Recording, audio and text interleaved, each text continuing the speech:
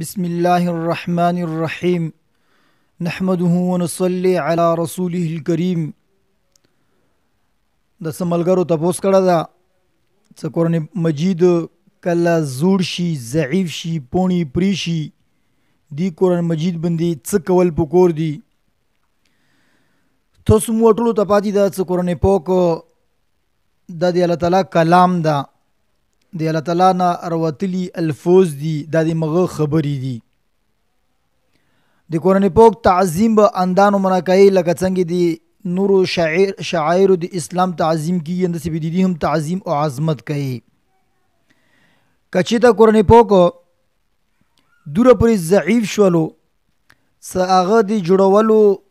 طریقه جوړیږي هغه کې نوره پوڼې لګوي نو په کور دغه څه آس پاس علاقو کې دې لپاره خلک نوست وي هغو قرآن مجید جوړوي په کور د څه جوړ د کړلی شي. او که چېرته قرآن مجید دوره پورې ضعیف شو څه هغه کې تلاوت نه کېدو او هغه کې جوړېدلو هېڅ طریقه نه کېدله بیا ښه خبره دغه څه دا یوې کپړې کې روان غوړلی شي وتړلی شي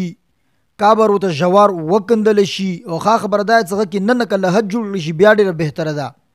څه نن لحد کې کېدی څنګه مو تاسو مرداو ټي کېږده وندانو نه لحد ورپسې باند کې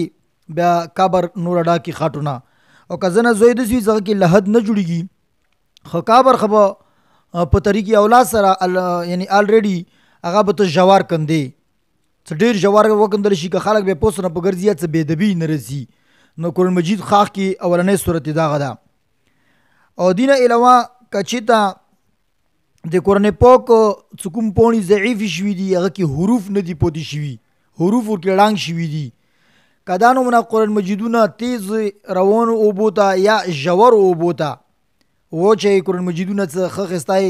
کپړو کې روان وغواړې بورۍ کې ونغواړې او ژورې اوبه وي روانې اوبه وي هغو ته وچې بیا هم ګنجایش تو ده. البته د قرآن پاک سیزولو نه څه هغه ته وسیځئ علماو دي نه منع کړي دا یې مکروه خیلي دي. بهرحال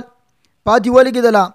څه کله قرآن مجید دا د جوړولو قابل نه وي یا یې ښخول پکار دي ځمکه به ورته ژوره کندې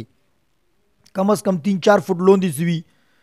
او دین علاوه که چېرته داسې او په کور هم دغه ده څه دا داسې علاقو ته یوسي چې ازو باندې خلکو تلل راتلل نه کېږي داسې سیډو ته قبرستان کې داسې قبرونو کې څه کې نوره قبرونه بس نه جوړېږي خلک ازو کې وداري نه په قبرونو باندې کیني نه ور باندې داسې ځایونو ته وړل پکار دي.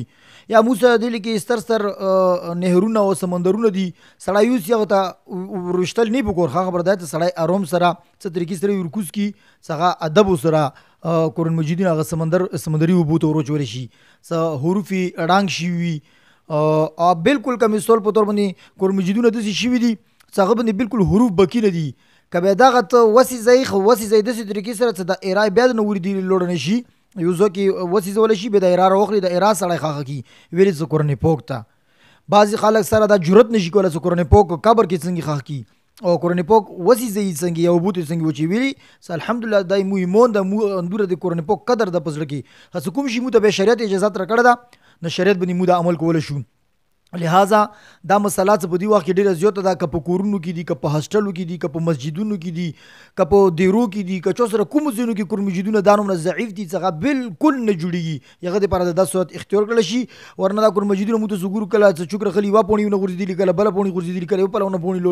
لوړوي کله بل طرف ته پوڼې لوړوي. لہذا د قرآن مجید تعظیم کول پکار دي او دا قرآن مجیدونه سړی داسې طریقې سره چې د کومه مسله وخیله شوله موږ تاسو اندانو منا عمل ورسره وکړو. الله تعالی د تاسو موږ ټول په دې خبرې باندې پوهېږي سمجھ نصیب کړي. آمین برحمتک یا ارحم الراحمین.